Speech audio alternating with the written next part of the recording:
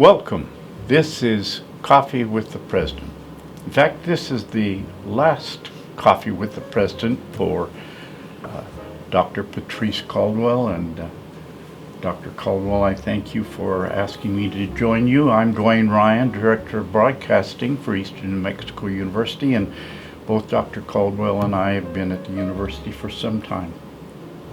Thank you for inviting me. My pleasure, Duane. Always a pleasure to work with you. How many years have you been here? Well, the retirement board says it's 42 years, so that's my story and I'm sticking to it. Wonderful, distinguished career, and we've been lucky all of these years to have you. Thank you.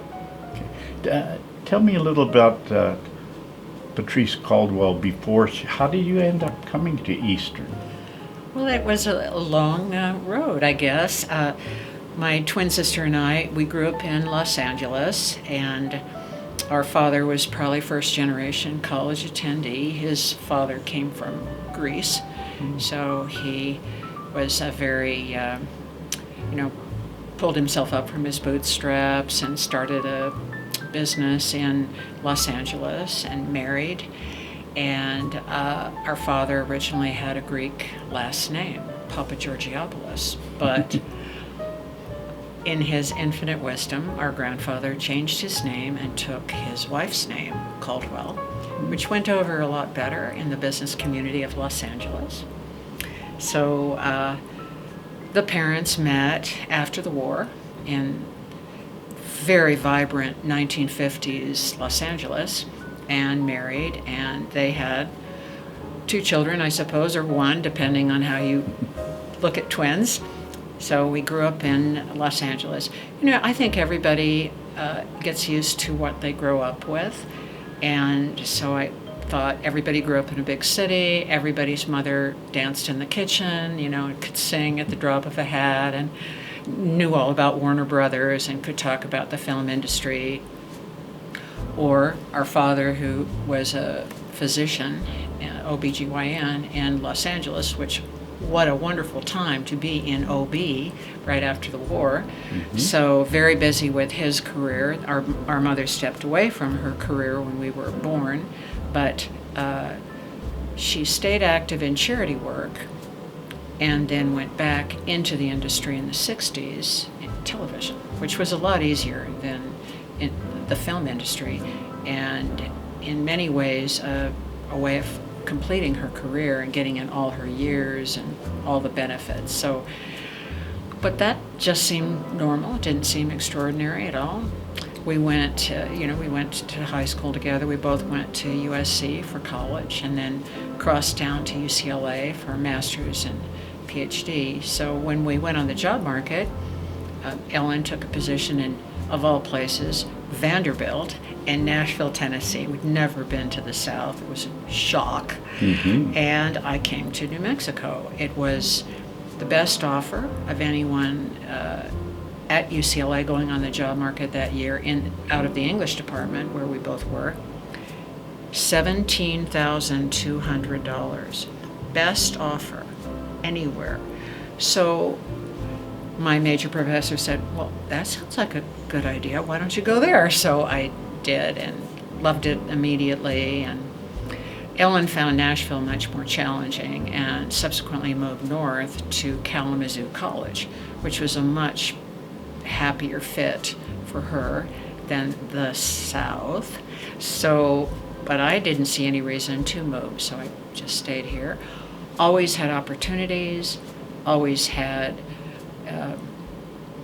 the chance to work with different people, different kinds of issues, different kinds of challenges, both academic and institutional. And I think if you have that constant engagement with your institution, then why would you leave? I mean, it's constantly interesting. It's constantly educating you. And then, of course, the students are always 18. They're always energetic. They always are crazy. They always have great ideas. They always are surprised by the things you have to teach. And that is very addictive. I know you know that because you've taught while you were here too. And so I think that's how I got here, and why I stayed, of course, was the institution and its people.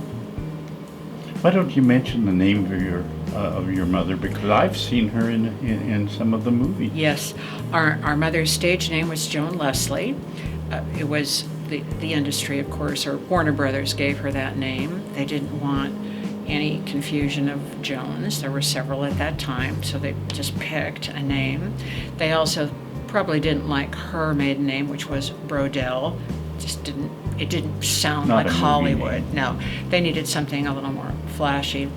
She was under contract when she was 15, which was not unusual at that time, but when you think about the work she did then, High Sierra with Bogart and Yankee Doodle Dandy with James Cagney, and then all the others, other movies that she was in, because she was under contract, there were wonderful opportunities. Now, she was never nominated for an Academy Award because she was very young and there were much bigger stars, but it was a great career.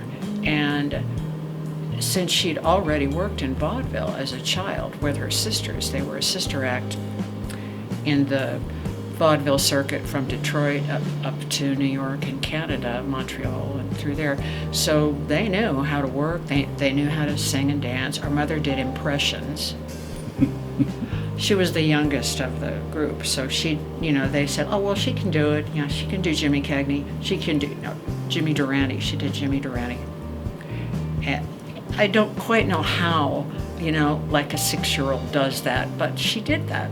And then, of course, Hollywood scouted the vaudeville route pretty thoroughly. So they put all the sisters under contract as they came of age, 15. They were out to California. So she had that tradition of her older and middle sister both being under contract, and then when she turned 15, she was under contract too. Mm-hmm. Okay, let's talk about your career at Eastern now. When you first came to Portales, a big city, Hollywood, Los Angeles girl, what did you think of the community and of the geographic layout? Well, I vividly remember landing at Clovis at 11 o'clock at night, having flown over New Mexico. It was February, so there was snow on the ground. Snow, California, never seen snow. So we're flying over this, and I'm the only one on the plane, not wearing cowboy boots. I'm the only woman, I'm the only person who has no idea where we're going. So we land in Clovis, and one of the faculty picks me up and leans across in this very New Mexico way and says, very softly, did you notice the crop circles when you were flying over? And I thought, crop circles, okay, I think I know what a crop circle is. Couldn't see anything flying over. So I said, no, Dr. Tracy, I don't think I did. And he said, they're very interesting. When you fly back, you should notice the crop circles. So I thought, oh, I'm in a different world. So he then took me to the Dunes Motel, opened the door, put the suitcase inside, did not step into the room, and then shook my hand and said, see you in the morning. And I thought, okay. So it was pitch black. So in the morning, I looked outside and I realized this was the West. This was the West I'd always imagined, where there are more cows than people, where it's sky all the way down to your feet. It's just endless horizon. And you're high, but it doesn't feel high. It just feels huge. So that was my first impression. And then, of course, the people who were funny, kind, welcoming, and in a way more confident in your ability than anyone at UCLA had been. They were always saying do that, grade that, you weren't important. But here, you were already on the team. And I was just interviewing, and they were already saying, how could we address that? And I loved that, that they immediately said we. Mm-hmm. They'd done that at the interview, too, and I noticed that. And I thought, maybe this really is a very collegial and welcoming place, the way West Coast schools certainly weren't, and because I'd interviewed there, too. So I was intrigued by that first impression of the vast expanse of eastern New Mexico, and then this very focused, intense, personal attention that people gave you here. And what position was it that you were? It was hired? Director of Freshman Composition and Assistant Professor of English, which was surprising because that's an administrative position, and I was a brand new PhD. But I'd worked in the writing program at UCLA for 4 years, and when they said, well, how would we do placement in developmental courses? And I said, well, we probably do holistic scoring,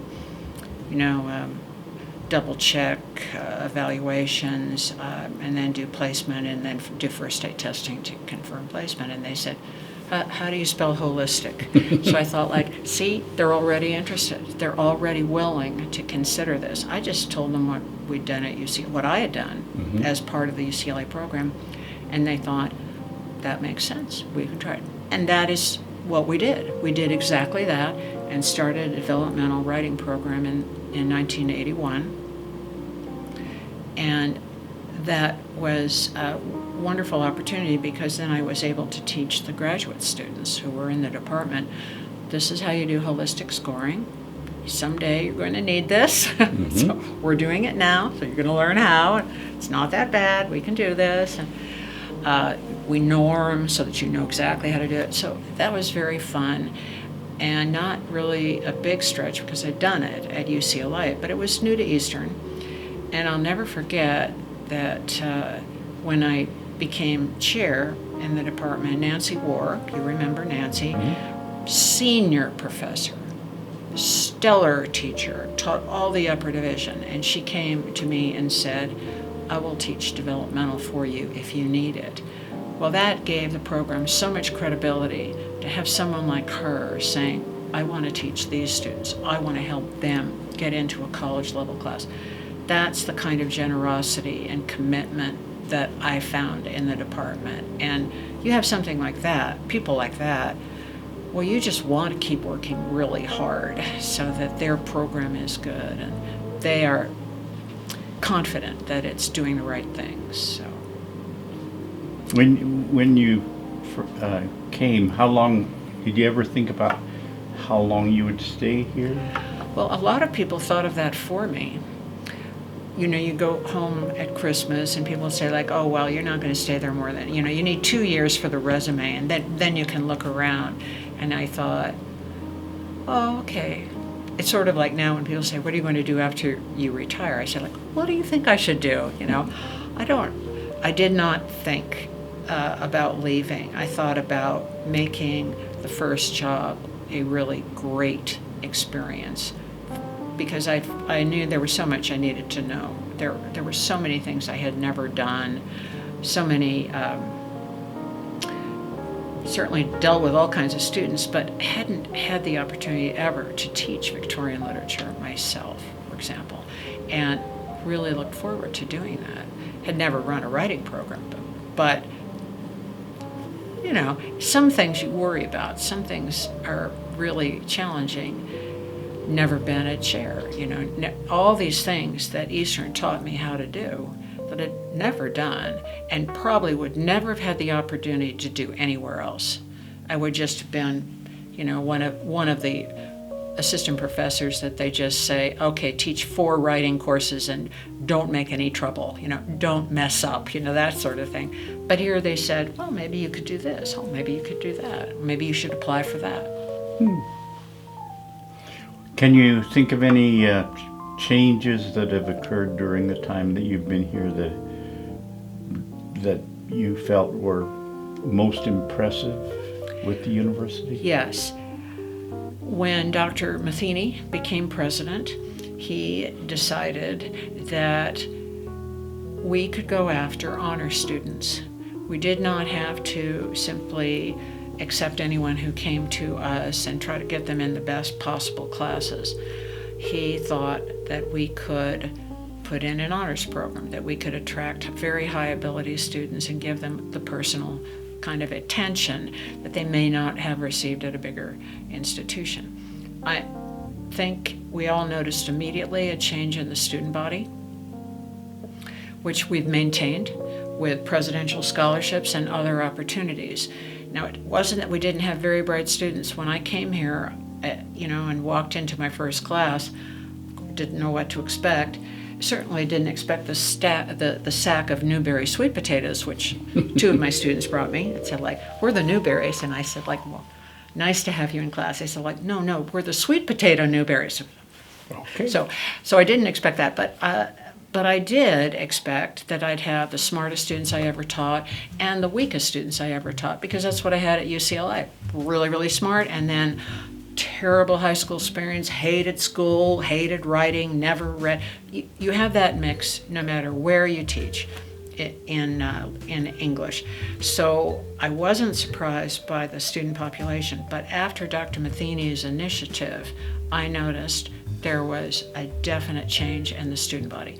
You insert high ability students into any environment, it picks up the pace for everybody. Everyone improves, and that's what I saw happen in the 80s. I mentored some of those honor students. Actually, one is still a personal friend, and I think that was a significant change for the institution. And it was Dr. Matheny who said we can do this. So I think that was a significant change in the 80s. In the 90s, the Pew Leadership Award was transformative. We had no idea we could do this. We were selected as one of 6 institutions that they gave $500,000 to. One was Alverno College, which is, of course, still famous for assessment, and it launched not only our freshman seminar program, but our whole assessment program, transformative for the institution in yet another way, and that was under Dr. Everett Frost. So I think both of those presidents really did significant, they guided significant initiatives that changed the academic quality and tenor of the institution. It wasn't a big stretch, but it was an important commitment. And then I think Dr. Gamble, with his incredible ability to reach out to the community, was another huge initiative for the campus that we may have been seen as a partner and a source of gross receipts tax, or however entities are viewed, or an employer, which we certainly are. But I think with Dr. Gamble, we became a partner, the preferred partner, the partner of choice for the community, and that's an incredible legacy. All 3 of those, I think, are incredible legacies. The attraction of high ability students that lifts the standard for everyone. Innovative programs that support students, like freshman seminar and assessment, extremely important for accreditation. And then, of course, that partnership with community, absolutely essential for any institution. Weren't you one of the prime writers of the Pew application? Well, George Mahaffey was at that time the vice president for student for academic affairs, and we had 2 competing opportunities. It was very interesting. One for technology and one for assessment, and I was a dean at that time, so I did do some of the work, and then I was on the Pew leadership team that went to the meetings and met with the other schools. So I had a little to do with the writing, but a lot to do with the implementation and working with those wonderful institutions, which that was another wonderful learning experience. Just working with Alverno College, I still remember, sitting around the table with those nuns, they were all nuns, and saying, like, well, they would say things like, we don't have to go to the Ritz. I mean, we just have peanut butter sandwiches here in the kitchen and figure this out. And they were so down to earth. And then Rensselaer Polytechnic was another partner, and they would just look like, what are they saying? They were just totally unfamiliar with that sort of get it done kind of attitude. And then Mount St. Mary's was another partner, West Coast small Catholic women's college. And so it was a very unusual group, but that's typical for Pew. They pick who they want to pick. They work with who they want to work with. Portland State was another. So that was a great experience, and I loved working with that initiative. What would you say would be the most enjoyable work that you did while you were here? I mean, that you personally enjoyed doing? Well, probably science fiction and Jack Williamson would be the most enjoyable. When I came here from UCLA, there were two topics that if you wanted to advance in the profession, you never mentioned. One was women's studies, which I also was able to do here, and the other was science fiction. In fact, when I came here and talked to people in the area or in the field who knew science fiction, they said, "Oh, you're from Eastern, George Guffey." Well, I knew Dr. Guffey. I didn't know he had any connection at all with science fiction. He was a 17th century literature person. Never knew that he was very well known in the science fiction community. But meeting Jack Williamson was just transformative. In a way, it was a perfect segue from, the first impression of New Mexico, that sort of lunar landscape. And then here was a science fiction writer who grew up in the sandhills of Roosevelt County, and yet had an imagination that, continued to churn out quality science fiction for 8 decades. Where else would you have found that? You wouldn't have. I mean, certainly there were Harlan Ellisons in Los Angeles, but I don't think there was another opportunity like meeting and working with Jack Williamson. And, you walk into these things and you have no idea how they're going to transform your life. So a colleague said, okay, so this writer is coming to my class, you have to meet him. I said, I haven't read his work, I don't know any of his. What is your class reading? He says, here it is, read it, and then come to class. So I did, and he was this gentleman, this kind, supportive person. Students would ask questions about, where do you get your ideas? The bane of every writer's existence is that question. He answered it graciously, thoroughly, cleverly, and I thought, this is just an extraordinary person. So, I'm going to follow him around. I'm going to go where he goes. I'm going to do things that he's doing.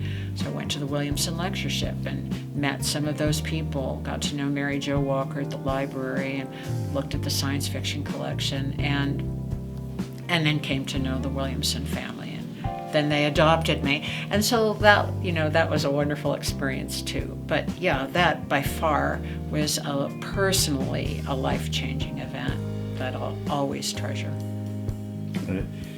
Now you've come to where you say you're retiring. Yes. You wanted to retire some time ago. It was very kind of you to come back.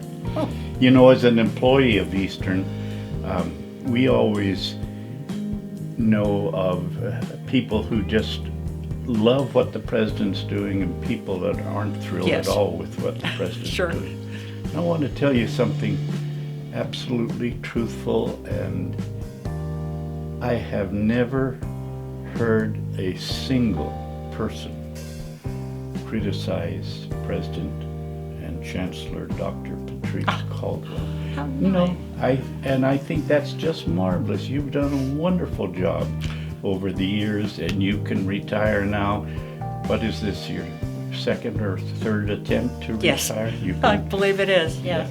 you can retire and be very, very proud of the accomplishments that you've made for Eastern and for all of us and for the community and the state, really. You've been involved at the statewide level, so we love you. We're very proud of all that you've done. Is there anything that we've not touched on here that you would like to mention? Well, I would mention as another high point of being at Eastern was KENW. When I first went on instructional television and had that experience of walking on the Roswell campus and having people say, "Oh, hi, Dr. Caldwell." I'm thinking, I have no idea who these people are. Well, it was ITV, and that was such a quality operation. I so respected what K&W did. And then you and I have worked on various pledge drives, and I can remember Clyde Powell and various other people saying, pick up your television and call us, or, call and we'll put you in the hopper, saying terrible things that you probably thought, get these amateurs out of here. But we were just trying to do the pledge drive for you. And so K&W was a wonderful experience, and also a nice feedback loop for our mother, because then she loved hearing about what K&W was doing and the productions and theater that we did here. So that was a homecoming to have K&W here in many ways, and I always valued that. Not an area I knew at all, and I so valued getting to work with you, Duane. Well, thank you. And for the reverse is true. We might explain to folks that ITV is kind of the old internet. Yes. A lot of people may not know what ITV was. That's true. Instructional television was our first outreach to remote sites, and the quality of that production was so good. It was like a broadcast production, and people loved it. They loved it. And Eastern was actually the first university in New Mexico to use instructional television. Yes, it a lot was. of people don't know that. That was in 1978. My gosh. So Goes back there, yes. Okay. I met some very wonderful students who became friends over instructional television, and Jim Miller at Ruidoso was a great partner in bringing those classes up to Ruidoso too. So, and of course Roswell. So. And it went to Hobbs. And it went down to and Hobbs, Clovis too. Community College, Yes. Cannon Air Force Base. And Cannon, that's right, yeah. Well, once again, we thank thee for all of your service. You've done a wonderful job, and you can retire now proudly. I know that your accomplishments and the spirit of what you've achieved here will remain at Eastern New Mexico University for many, many years. So Well, thank you, you will Duane. linger with us. We thank I thee. hope so. We thank you for all of your service. Thank you, Dr. Patrice Caldwell, President and Chancellor of Eastern New Mexico University. And of course we might mention, and I think it's important, first woman President and Chancellor, and she set a very high bar for anyone else to follow. Thank you. Thank you. Well, one last hello and goodbye, ENMU family. I wanted to give you at least a small sense of the appreciation and gratitude that I have for the 42 years I've spent here at Eastern and the wonderful interactions I've enjoyed on the Portales, Roswell, and Ruidoso campus. I'm very happy I'll be able to stay in the Portales community and see you around town and up in Ruidoso and down in Roswell, and to share with you all the great things that are ahead, I believe, for the ENMU system. Athletic events, fine arts events, choir concerts, musical experiences, student events, just seeing students in the community, all of that I look forward to. When I came to Eastern in 1980, before some of you were born, as I often tell students, and also applies to their parents, I had no idea how much Eastern could get into your blood, but it does. And as many of you out there know, you put down roots fast in country like this, or you never put down roots. And I put them down, and I'm very glad that I was able to stay with you as long as I could. I hope it's been good for you too. So I look forward to Eastern, as Dr. Gamble would say, having its best years ahead. And I hope that we will see each other around about as friends and colleagues still, and know that I still bleed green, and I always will, and I'll always be proud of what you have done for Eastern and what we have been able to do together. And I look forward to that continuing for many, many more years. So thank you. Go Hounds.